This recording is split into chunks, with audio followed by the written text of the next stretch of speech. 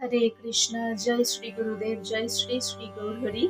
श्री श्री राधा माधव की जय। जय जगन्नाथ देव जीव की जय। जय बलदेव प्रभु की जय। सुभद्रा देवी की जय। এখন সামনে উল্টো রথযাত্রা। তো প্রভু জগন্নাথ দেবের লীলা কাহিনী শ্রবণ করা অতি আবশ্যক। প্রভু জগন্নাথ দেব তিনি কেমন লীলা করেছেন ভক্তদের সাথে সে সম্পর্কে আমাদেরকে অবশ্যই জানতে হবে। ভগবান শ্রীকৃষ্ণ তিনি অনেক লীলা করেছেন, সেই লীলাগুলো আমরা শ্রবণ করে থাকি। আর প্রভু জগন্নাথ দেবের লীলা কাহিনী যদি শ্রবণ না করি আর শ্রবণ না করে যদি রথযাত্রা উৎসব পালন করি, তাহলে রথযাত্রা উৎসব সেরকম সম্পূর্ণ হবে না। আগে প্রভু জগন্নাথ দেবের লীলা কাহিনী শ্রবণ করুন, প্রভু জগন্নাথ দেবের প্রতি ভক্তি ভাব মনের মধ্যে আনুন, তারপর রথযাত্রা মহোৎসব উদযাপন করুন। তখন দেখবেন সেই উৎসব পালন করা আরো বেশি আনন্দের হয়ে উঠবে, আরো বেশি উৎসব মুখরিত হয়ে উঠবে। কারণ আমরা জানি, তখন আমরা জেনে যাচ্ছি যে প্রভু জগন্নাথ দেব কি কি লীলা করেছেন ভক্তদের সাথে। আজ আমরা জানবো পুরীতে একজন নীলাচলে একজন ভক্ত বসবাস করতেন, তার নাম অর্জুন মিশ্র। তো এই অর্জুন মিশ্রের কাহিনী আজ আমরা শ্রবণ করব। অর্জুন মিশ্র তিনি খুব নিষ্ঠাবান ভক্ত ছিলেন। তিনি ভগবান শ্রীকৃষ্ণের মুখনিসৃত বাণী গীতা, তিনি গীতা খুব সুন্দরভাবে পাঠ করতে পারতেন আর গীতা তিনি লিখতেন। তখনকার দিনে তো মুদ্রণ যন্ত্র ছিল না, ছাপার যে যন্ত্র সেরকম টাইপিং যন্ত্র ছিল না, সেই জন্য হাতেই লিখে চারিদিকে প্রচার করতে হতো। তো অর্জুন মিশ্র তিনি গীতা খুব লিখতেন আর সেই জন্য ওনার নামও হয়ে গিয়েছিল গীতা পান্ডা। ওই অর্জুন মিশ্রকে সবাই গীতা পান্ডা নামে চিনত। তো অর্জুন মিশ্র খুব নিষ্ঠাবান ভক্ত, ভীষণ ভালো ভক্ত, নিষ্ঠাবান ভক্ত। কিন্তু হলে কি হবে, খুব দরিদ্র, এত দরিদ্র তিনি যে বলার মতো না, ভীষণ দরিদ্র, খুব অভাব। ভিক্ষা করে যা পান সেই দিয়ে সংসার চালান। তো ভিক্ষা করে কখনো পাওয়া যেত, কখনো পাওয়া যেত না, এইরকম। তো এক সময় এমন একটা পরিস্থিতি হয়েছিল যে ভিক্ষায় তিনি যাননি, তিনি গীতা নিয়েই তিনি পাঠ করছেন, লিখছেন, এইরকম করছেন। তো গীতার 9ম অধ্যায়ের 22 নম্বর শ্লোকে ভগবান তিনি বলেছেন, অনন্যাশ্চিন্তয়ন্ত মাং ইয়ে জনাঃ পর্যুপাসতে তেষাং নিত্যাভিযুক্তানাং যোগক্ষেমং বহাম্যহম।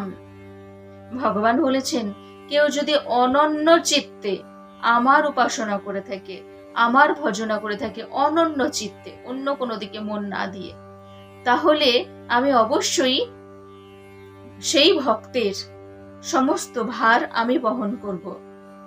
সেই ভক্তের সমস্ত ভার আমি বহন করব। প্রাপ্ত এবং অপ্রাপ্ত বস্তু সব আমি দেখে নেব, আমি সব কিছু অভাব পূরণ করে দেব, আমি নিজে ভক্তের ভার বহন করব, এ কথা। তো অর্জুন মিশ্র এই শ্লোকটির অর্থ দেখে ভাবলেন যে ভগবান তিনি ভক্তের বোঝা, ভক্তের সমস্ত ভার তিনি বহন করবেন। বহাম্যহম তিনি বলেছেন। তো এই বহাম্যহম কথাটা মনে হয় ঠিকঠাক নয়। এখানে দদাম্যহম যদি হতো, যে আমি দান করব কারো মাধ্যমে, যে কারো মাধ্যমে আমি সহযোগিতা করব, ভক্তকে দান করব যে কারো মাধ্যমে, তো দদাম্যহম হলে ভালো হতো। বহাম্যহম কথাটা ঠিকঠাক নয়। ভগবান আবার বহন করেন নাকি? ভগবান বহন করেন না ভক্তের বোঝা। তিনি অন্য কাউকে দিয়ে তিনি সাহায্য করেন। তো দদাম্যহম হবে, বহাম্যহম হবে না। দদাম্যহম মানে আমি দান করি, বহাম্যহম মানে আমি বহন করি। তো ভগবান কিভাবে বহন করবেন? ভগবান দান করেন, এটা ঠিক আছে। আমি যে এত কষ্ট পাচ্ছি, এত দরিদ্রতার মধ্যে রয়েছি, এত দুঃখ কষ্ট, ওই আমার তো কোনো বোঝা বহন করছেন না ভগবান। তিনি দান করেন, নিশ্চয়ই কারো না কারো মাধ্যমে আমাকে দেন আর দিচ্ছেন, দেবেন, এরকম ভাবছেন। তো ঠিক সেই সময় ওনার স্ত্রী ওনাকে বলছেন যে একটু ভিক্ষায় যাও না, 2 দিন হয়ে গেল, আজ 3 দিন প্রভুকে ভোগ লাগানো হয়নি, গৃহের মধ্যে কোনো খাদ্যদ্রব্য সামগ্রী নেই, ভোগ লাগানো হয়নি, একটু যাও না, ভিক্ষায় যাও না। অর্জুন মিশ্র বললেন ঠিক আছে যাচ্ছি। মনের দুঃখে তিনি ভিক্ষায় বেরিয়েছেন। ভিক্ষায় অনেক দূর চলে গেছেন ভিক্ষা করতে করতে। তো সময় অতিবাহিত হয়ে যাচ্ছে, দুপুর হয়ে গেল। ওনার স্ত্রী অপেক্ষা করছেন যে কখন আসবেন ভিক্ষা করে, তবে আমি খাদ্যদ্রব্য সামগ্রী পাবো, সেগুলোকে রন্ধন করে তবে ভগবানের ভোগ নিবেদন করব, শ্রী গোবিন্দ তবে সেবা গ্রহণ করবেন। কত কষ্ট, কখন যে আসবে, কখন যে ভিক্ষা করে আসবে। তো ঠিক সেই সময় ওনার স্ত্রী দেখলেন কি এক অবাক কাণ্ড। 2 বালক, একজন একদম খুব সাদা রঙের ফর্সা, একজন ফর্সা, আর একজন নীল রঙের, একজন সাদা রঙের আর একজন নীল রঙের 2 বালক ওনার দ্বারে আসছেন, যেন মনে হচ্ছে ওনার দিকেই, ওনাদের গৃহের দিকেই আসছে।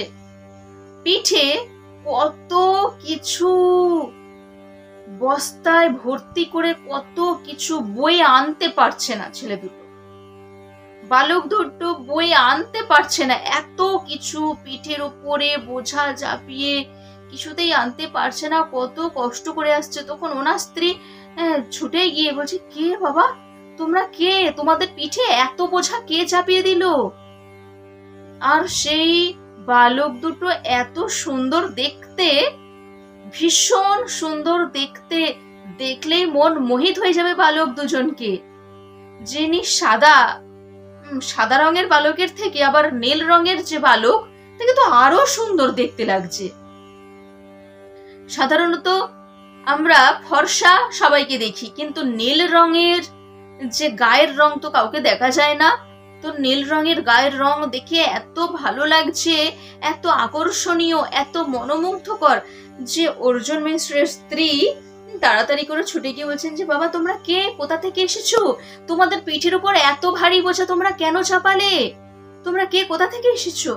তখন অর্জুন মিশ্রের গৃহে সেগুলোকে নামিয়ে দুজনে বললেন যে উফ, অনেক কষ্ট করে বয়ে নিচ্ছে, আর কি বলবো, এই যে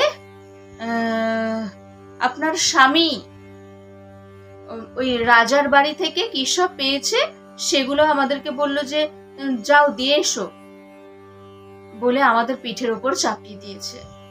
তো পিঠ থেকে নামিয়ে দাঁড়িয়ে আছে। তো অর্জুন মিশ্রের যে স্ত্রী লক্ষ্য করলেন যে ওই বালক দুজনের পিঠে কেটে কাটা দাগ রয়েছে, তা থেকে রক্ত নির্গত হচ্ছে, রক্ত পড়ছে, রক্ত ঝরছে। তা দেখে ওনার স্ত্রী মানে এত কষ্ট হচ্ছে যে এত সুন্দর দুজন বালক সাথে সাথে জিজ্ঞাসা করছেন যে বাবা তোমাদের পিঠে এরকম কাটা দাগ কেন, এরকম ভীষণ ভাবে রক্ত ঝরছে, পিঠে এরকম কাটলো কিভাবে? তখন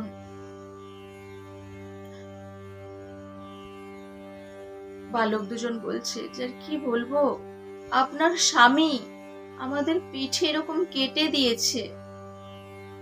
তখন ওনার স্ত্রী কাঁদছে, দেখে খুব কষ্ট হচ্ছে যে ওনার কি মাথা খারাপ হয়ে গেছে, রাজার বাড়ি থেকে এত কিছু জিনিস পেয়েছে, আর সেগুলো তোমরা বইতে পারছো না বলে এরকম তোমাদেরকে প্রহার করেছে, প্রহার করে পিঠ কেটে দিয়েছে। এটা কি করে হয়? আমি তো আজ পর্যন্ত কখনো আমার স্বামীর এইরকম স্বভাব দেখিনি। এত জিনিসপত্র পেয়ে কি মতিভ্রম হয়ে গেছে নাকি? রাজার বাড়ি থেকে এত জিনিস পেয়ে মতিভ্রম হয়ে গেছে যে তোমরা বইতে পারছো না বলে তোমাদেরকে প্রহার করেছে, পিঠ কেটে ঝুঁঝিয়ে রক্ত পড়ছে। আহা বাবা, এসো, তোমরা এসো, তোমরা একটু এসো বলে তাদেরকে নিয়ে বসানোর চেষ্টা করলেন। কিন্তু বালক দুজন বলল যে আমরা তো এখন এখানে দাঁড়াবার সময় নেই, এখন দাঁড়াবো না, আমরা এখান থেকে চলে যাব, আমাদের অন্য কাজ আছে, আমাদেরকে অন্য জায়গায় যেতে হবে, আমরা এখান থেকে চলে যাব। বলেছে যে এগুলো রন্ধন করে ভগবানকে ভোগ নিবেদন করতে, বলে দুজনকে বারবার বাধা দেওয়া সত্ত্বেও দুজন বলতে লাগলো যে না, আমাদের তো কাজ আছে, আমাদেরকে তো যেতেই হবে। ও ঠিক আছে, আমাদের পেট কেটে গেছে, আর কি আছে, আমরা ঠিক হয়ে যাব, আবার ঠিক হয়ে যাবে বলে দুজন চলে যায়। তো ওনার স্ত্রী শুধু সেই বালক দুজনের মুখখানা মনে পড়ছে, যে কি সুন্দর দেখতে, কি দারুণ অপূর্ব দিব্য রূপ দুই বালকের, কি সুন্দর দেখতে দুইজন, আর তাদের পিঠে ওরকম কেটে ঝুঁঝিয়ে রক্ত পড়ছে, তা দেখে খুব কষ্ট হচ্ছে। কিন্তু গোবিন্দকে ভোগ লাগাতে হবে, এত সামগ্রী দুজনে পিঠে করে এনে দিয়েছে, তাদের ঘর ভর্তি, পুরো ঘর একেবারে ভর্তি হয়ে গেছে। কি রন্ধন করবে, এটা না ওটা সেটা, যাই হোক অনেক কিছু। 3 দিন ভোগ লাগানো হয়নি, 2-3 দিন হয়ে গেছে, ভোগ নিবেদন করা হয়নি ভগবানকে, কিছুই নেই, শুধু জল আর তুলসী নিবেদন করা হয়েছে। তো আজকে যখন এত সামগ্রী আছে, সেই জন্য অনেক কিছু রন্ধন করেছে, কত কিছু রন্ধন করে গোবিন্দকে ভোগ নিবেদন করেছে। আর শুধু সেই বালক দুটোর মুখখানা মনে পড়ছে, আর চোখ থেকে অশ্রু নির্গত হচ্ছে। তো এদিকে অর্জুন মিশ্র চারিদিকে ভিক্ষা করতে করতে, আর ভিক্ষা কোথাও পায়নি, ভিক্ষা চাইছে কিন্তু পাওয়া যায়নি। তো সেই জন্য ক্লান্ত হয়ে আর গাছের তলায় ঘুমিয়ে পড়েছিলেন। তো যখন ঘুম ভেঙেছে, তাড়াতাড়ি করে নিজের গৃহে ফিরে এসেছেন। ফিরে আসতেই ওনার স্ত্রী বলতে শুরু করলেন যে এত দেরি হলো, কখন থেকে কত কিছু রান্না করে ভগবানকে ভোগ নিবেদন করে অপেক্ষা করছি, এত দেরি হলো কেন তোমার?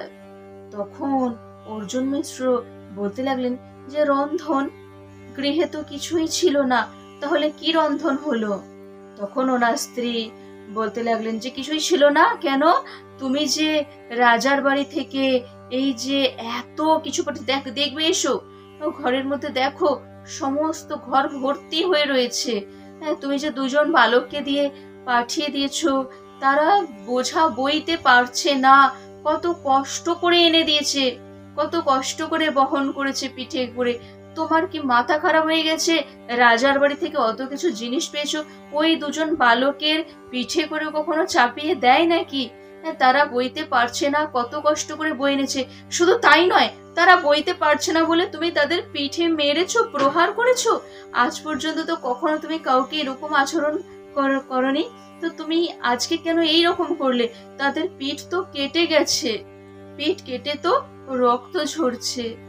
তখন অর্জুন মিশ্র শ্রবণ করে হাউ হাউ করে কাঁদতে লাগলেন, বললেন যে কি, দুইজন বালক তাদের পিঠ কেটে গেছে? বলে তাড়াতাড়ি করে ছুটে গৃহের মধ্যে ঢুকে গীতার সেই শ্লোকটি যেখানে লেখা আছে অনন্যশ্চিন্তয়ন্তমাং ইয়ে জনঃ পর্যুপাসতে তেষাং নিত্যাভিযুক্তানাং যোগক্ষেমং বহাম্যহম, যে সেই শ্লোকটি খুলে দেখে গীতা বুকের মধ্যে জড়িয়ে ধরে খুব কাঁদতে লাগলেন অর্জুন মিশ্র। আর ভাবতে লাগলেন যে হে ভগবান, হে প্রভু, আমি যেহেতু ওই বহাম্যহমটা কেটে দদাম্যহম লিখেছিলাম, সেই জন্য তুমি কারো মাধ্যমে দান করলে না, তুমি বহাম্যহম, তুমি তোমার লেখাটাকেই রাখার জন্য তুমি নিজে বহন করে নিয়ে এসেছো পিঠে করে। হ্যাঁ, তুমি আবার দাউ ভাইয়াকে সাথে করে নিয়ে এসেছো বহন করে। আর এই যে আমি বহাম্যহম লেখাটা কেটে দিয়েছি, আর সেই জন্য তো এই বহাম্যহম মানে এইখানে কেটেছি বলে তোমাদের পিঠ কেটে গেছে, পিঠ কেটে রক্ত ঝরছে। হায় হায়, আমি কত বড় অপরাধী, তোমাদের পিঠে আঘাত করেছি। আমি জানি যে গীতা হলো ভগবানের হৃদয় স্বরূপ। গীতায় কেউ যদি আঘাত করে তাহলে ভগবানের আঘাত লাগে, ভগবানেরই শরীরে আঘাত লাগে। আমি এটা জেনেও আমি অজ্ঞের মতো এরকম বহাম্যহম লেখাটা কেটে দিয়েছিলাম আস্থা বিশ্বাসহীনতার জন্য। তো আমি আস্থা হারিয়ে ফেলেছিলাম, বিশ্বাস হারিয়ে ফেলেছিলাম, সেই জন্য আমি বহাম্যহম লেখাটা কেটে দিয়েছিলাম। কিন্তু হে প্রভু, আমি ভীষণ ভুল করেছি, ভীষণ ভুল করেছি বলে দদাম্যহম লেখাটা আবার সেটা কেটে তিনি লিখে দিলেন যে বহাম্যহম, ভক্তের বোঝা, সমস্ত কিছু ভগবান তিনি বহন করেন। তিনি ভক্তের সমস্ত দুঃখ কষ্ট তিনি বহন করেন। তিনি ভক্তদেরকে অন্যের মাধ্যমে দান তো করেন, ঠিক আছে, কিন্তু তিনি বহনও করেন ভক্তের বোঝা। তো অর্জুন মিশ্র ক্রন্দন করতে করতে বললেন যে হে প্রভু, তুমি কত বড় দয়াময় কৃপাময়, তুমি আমার বিশ্বাসকে অটুট রাখার জন্য তুমি নিজে এলে, তুমি নিজে বোঝা বহন করে নিয়ে এসেছো। হে প্রভু, আমাকে ক্ষমা করো আর ক্ষমা করো। তখন ওনার পত্নী, ওনার স্ত্রীও ক্রন্দন করতে লাগলেন।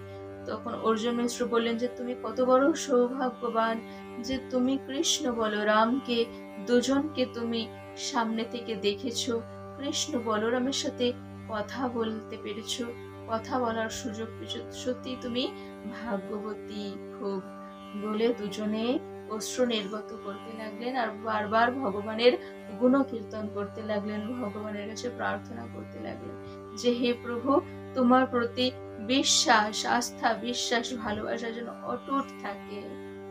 তো এই হচ্ছে ভক্তের কাহিনী। আমাদেরও সবসময় ভক্তের উপর বিশ্বাস রাখতে হবে, আস্থা বিশ্বাস রাখতে হবে, ভগবানকে ভালোবাসতে হবে, তবেই ভগবান নিজেকে ধরা দেবেন আমাদের কাছে। সবাই বলুন হরে কৃষ্ণ কৃষ্ণ কৃষ্ণ হরে হরে, হরে রাম রাম রাম হরে হরে।